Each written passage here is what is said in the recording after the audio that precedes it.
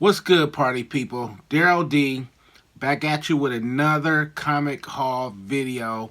Very excited about this video because if you saw the last video about the Scottsdale Comic Show, aka the Old Man Con, that's a show that comes by, I believe, every 6 months. Is it? Yeah, every 6 months, twice a year, and it's my favorite con of them all. I don't really do the big cons anymore. Doesn't pay, but I got into all of that on the last video. Well, apparently there was a guy there who was set up and he was passing out flyers and he had some cool books. And he is a new comic dealer here in Phoenix, Arizona. Now, what drew me to his booth, so as I was saying, I meet this vendor, and it's a new guy, and he says he's gonna open a store. And what attracted me to his booth was he had like maybe 3, 4 boxes of cheap comic magazines. Now if you've been checking for any of my magazine videos or my Corbin videos, like I'm on the hunt for a lot of magazines, and I've often said how much I enjoy the horror mags, the Warren mags, and just comic mags in general. A lot of stuff that I had, growing up or that I got my hands on. So, and he had a lot of like really cheap stuff. He had some dollar magazines, this, that, and the other.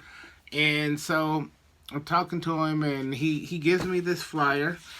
It's Champion Comics, and he says he's opening up soon. Okay, I'll go, okay, cool. And I'm like, I'm looking for more magazines. And I could have swore he said, he had like 10, 12 boxes of just, magazines. And a lot of them were, you know, pretty reasonable, pretty cheap. I'm like, okay, cool, I'm there. So I held on to this flyer for a few weeks, and because he did tell me when he was opening, but I had forgotten. So I called the number on there, and I go, "Hey, when are you opening?" He's like, "Hey, we're actually opening now, or we're open now. We did a soft opening a couple weeks ago, or something like that. But we're gonna do more of a major opening at a later date, or something to that effect." So I was like, "All right, cool, So I'll be there soon." So I got to go in there today. Man, oh man, oh man. Now let me tell you something. Comic magazines, usually in comic shops, it has been my experience that you don't find a ton of them there. You just don't see them a lot. Like in large quantities, you don't see them too much. You see them here, there, box here, box there, whatever. That's been my experience anyway. I remember a few years ago, I went to go visit some family in Michigan. I was there for like a year, and I was in Battle Creek, and about 20 miles up the road is Kalamazoo. There was a comic shop. I want to say, I don't want to get it wrong. It wasn't Fanfare. It was oh man, I forgot the name of that comic shop. Anyway, they had like the biggest collection of comic magazines that I had seen. They had at least 20 boxes, 20 of the magazine size boxes. Um, and that had been the largest quantity. We got a store here in town called Fantastic Worlds. They actually put on the Old Man Con, and they got a pretty nice selection of magazines. Quite often, especially with the eerie and the creepy, I've been finding them for pretty reasonable. But there's a lot of them that are really, really, up there in price. Well, I go into Champion Comics today, and let me tell you, it's a huge store. Go to their website, Champion Comics here in Phoenix, and take a look at some of those pictures. It's a nice size room that these comic books are in, and I would say probably 50% of the books that were in there he had covered up. At least the books that were up on top. Of the books that were exposed, there had to have been 100 boxes. At, at least 100 boxes. It might have been more of just comic magazines. And when I tell you they were pretty thorough, they were pretty thorough. Now, what I didn't know that I later found out is that there were a ton of boxes underneath the tables, and a lot of those were filled with magazines too. So, like 50% of the store was comic magazines. It was mind blowing. So he had some regularly priced stuff. He had some really higher grade stuff, and then he had a bunch of dollar boxes. He had some $5 boxes, and he had some $10 boxes. And let me tell you, I'm flipping through this stuff, and I was just like, wow, It's one thing to find some comic magazines that you're actually looking for. It's another whole thing when you can find a lot of them for $1. So I want to show you what I picked up today. And let me tell you, it was one of those moments, and I was in a hurry because I kind of like went over there on my lunch break. And it was one of those situations where I got up to a certain amount of money, and I was like, okay, that's good for right now. And it's been a long time since I've done that. Usually I'll buy everything that I want in that room for the most part. But this was different. It was like there was no way I could have walked out of there with everything I would have wanted. I would have went broke, or I would have not broke, but I would have spent a ton more than I actually, planned on spending. So I just thought, let me take some baby steps, and maybe some of this stuff I can find a little cheaper, because he's talking about he's got another 80 boxes. And this guy is from California. Santa, not Santa Ana, but Santa something, somewhere over there. And you guys, you should have saw his wall books. They were crazy. So I think the next visit, I'm going to try and get some footage so you guys can see up close and personal. Maybe I can get him to go on camera. I'm sorry I don't remember his name. He told me his name too a couple of times, and I just don't remember. But I'm definitely gonna try my best to get up close and personal. This guy has some serious, what you guys call keys or whatever, and just multiples of, like, it's crazy how many books that guy has. And he even was saying, hey, in a week or two, I'm pulling out like my big high-end books. And I'm like, what?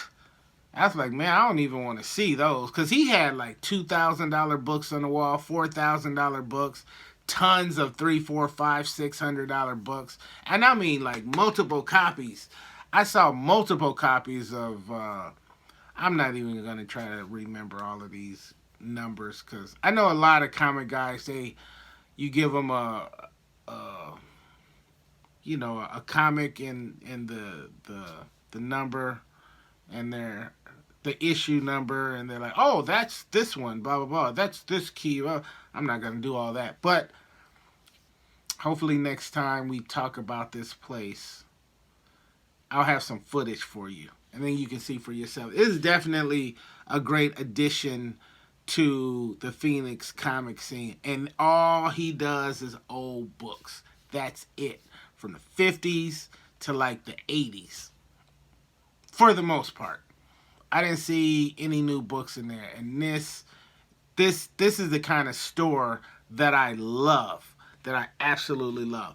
Let me show you what I picked up today. Now, I'm about to show you a whole bunch of dollar books. Some of these books you're gonna see in another video, but for now I just want to show you what I got. Let's go. Okay, here's issue number 51 of Eerie. None of these have been bagged and boarded. Here's number 39 of Eerie. Here's Eerie number 61. Here is Eerie number 55. And you might recognize some of these books from other videos that I've had. I did pick up a lot of these books to give to a couple of buddies of mine because I know they're into that kind of thing. So that's why, some of these might look familiar. Like, hey, you showed that in another video already. Yes. Stay with me. Here's Eerie number 74. Oh, this is a good one. Okay, so let me get this one down. So there's a book called Destroyer.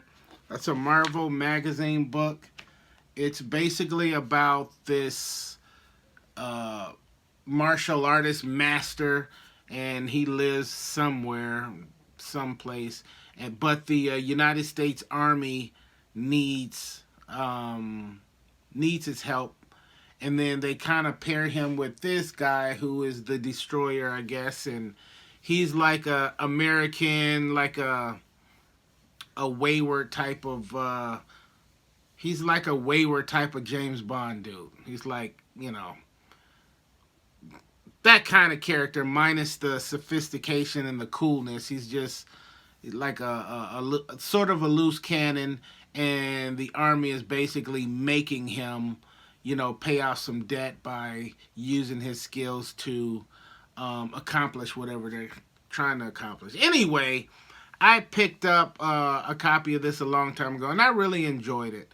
I didn't pursue it or anything, but hey, if I ever came across it, then I would, like to finish the story. So that's what brings us here now. So I have issue number 1. I've had it in my collection forever. Here's issue number 2. There's issue number 3. There's issue number 4. And here's issue number 5. I almost feel like there's some more, but that might be it. But I found all of those. All of these were in the dollar boxes. There I got a cracked. You'll see that again eventually on another video. Here is, what number? This is Epic, October of 1984. Here's Eerie number 51. Here's Eerie number 56. And let me show you, this was from another one. And here's Epic. I just picked this up for a whole lot more money. This is Epic, December of 1984. Man, I think I just found this for 12 bucks. It was in nicer condition than this, but had I known a week or so later I'd find it for $1, I would have never touched this thing. Here's Eerie, number 32. I know you've seen that in another video. Here's Creepy, number 74. And these are definitely all reader copies. Here's Vampirella, number 73. Here's a book that it's one of those books that's well known for the cover. And I've always wanted it because I thought the cover was really cool. And I picked it up. I think I paid 15, 20 bucks for it. And I think I got it at the Old Man Con. This is Savage Sword of Conan, number 5 with the Tree of Death. You guys, I'm sure you recognize that that cover. And this was in a dollar box. And so I picked up 2 copies because why not? I saw some higher quality ones, higher end ones, and I think they were like 75 bucks, like some really higher grade ones. So $1, $75, I know what I'm going home with. And I have it already, but I just couldn't leave those behind.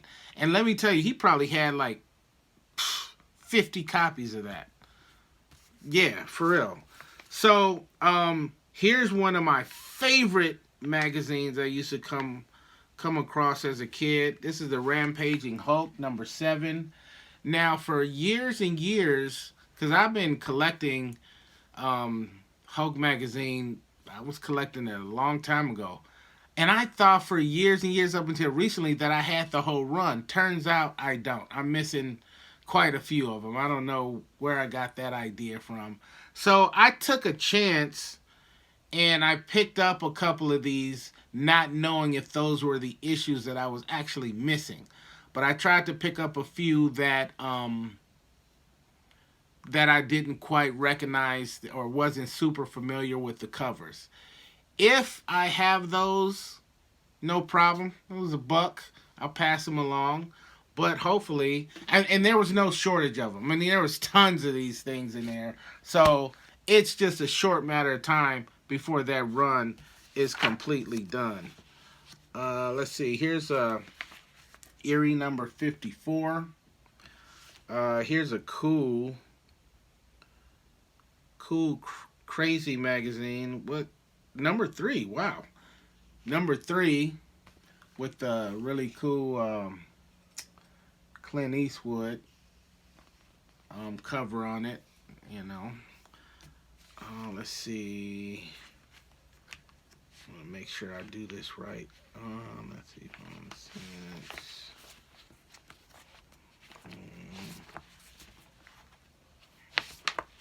This comic book I used to read as a kid, and they got this in comic book form now. I mean, in magazine form. I'm sorry, now. And these were all $1. I had to pick them up. This is a Marvel magazine, Nam. You guys remember that war comic? Number 1, number 2, 3, 4, 5,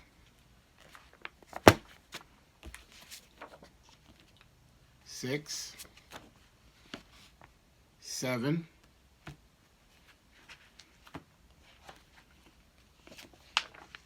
7. I don't see number 8, but there's number 9, and there's number 10. And these are all, pretty high grade, but I don't think that's like a pricey magazine at all. Had to get this not Clint Eastwood, Chuck Norris on the cover of Deadly Hands of Kung Fu. Had to get that one. I think I showed you guys the Jim Kelly one on one of the last videos.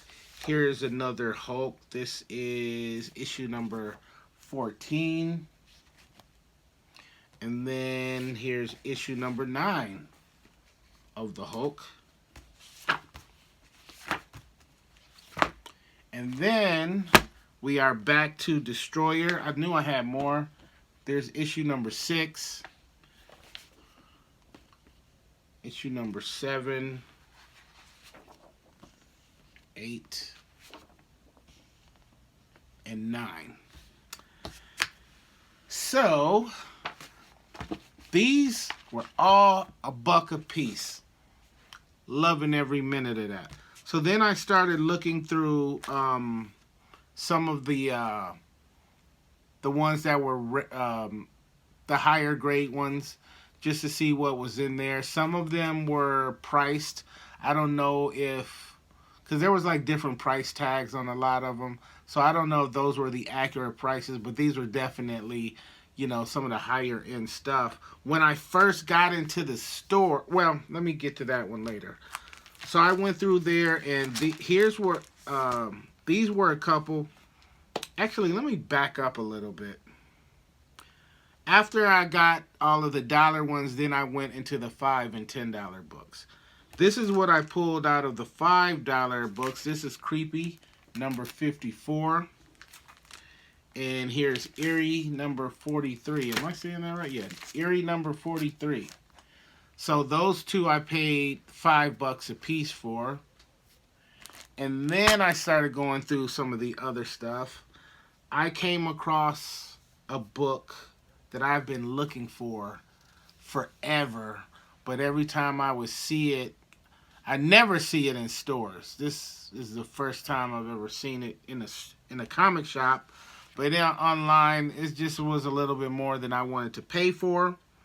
This is Creepy number 59. Classic, well-known cover. I've always liked this light blue on this red, you know, Santa with the axe. Just a classic, very, very memorable cover. Um, this guy, he had a stack of these. When I tell you, he had like full runs of Creepy, full runs of Eerie, full runs of Epic, full runs of Vampirella. I mean, just tons of stuff. The Spirit, just a lot of these Carlton, Warren, Marvel magazines, and multiple copies. There was probably a dozen copies of this, at least. So, and they were all different prices, way more than I wanted to spend. So, a lot of the stuff in this, a lot of that stock wasn't even priced yet. Okay, so some was priced, some wasn't.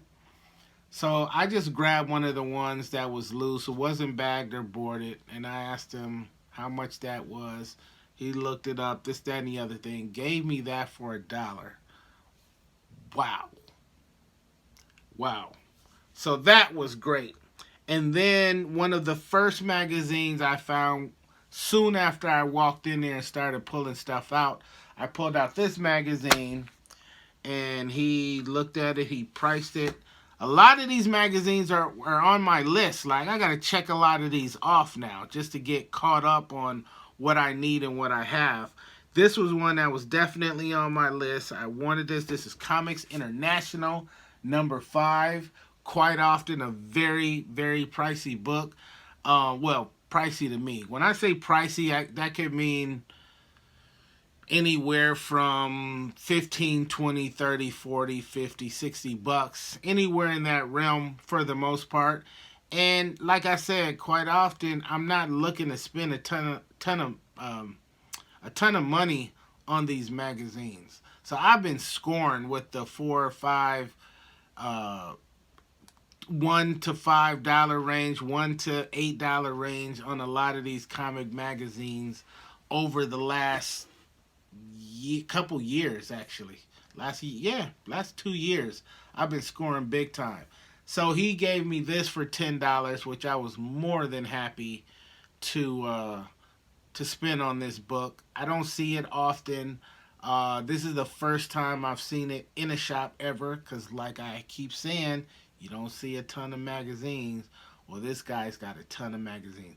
If you are into the comic magazines and a lot of the titles that I just explained, you need to contact Champion Comics. You know, if you're in the Phoenix area, you got to go in there, because you'll be in comic magazine heaven. Trust me. There's a handful of other guys in there. We was in there going nuts on those magazines.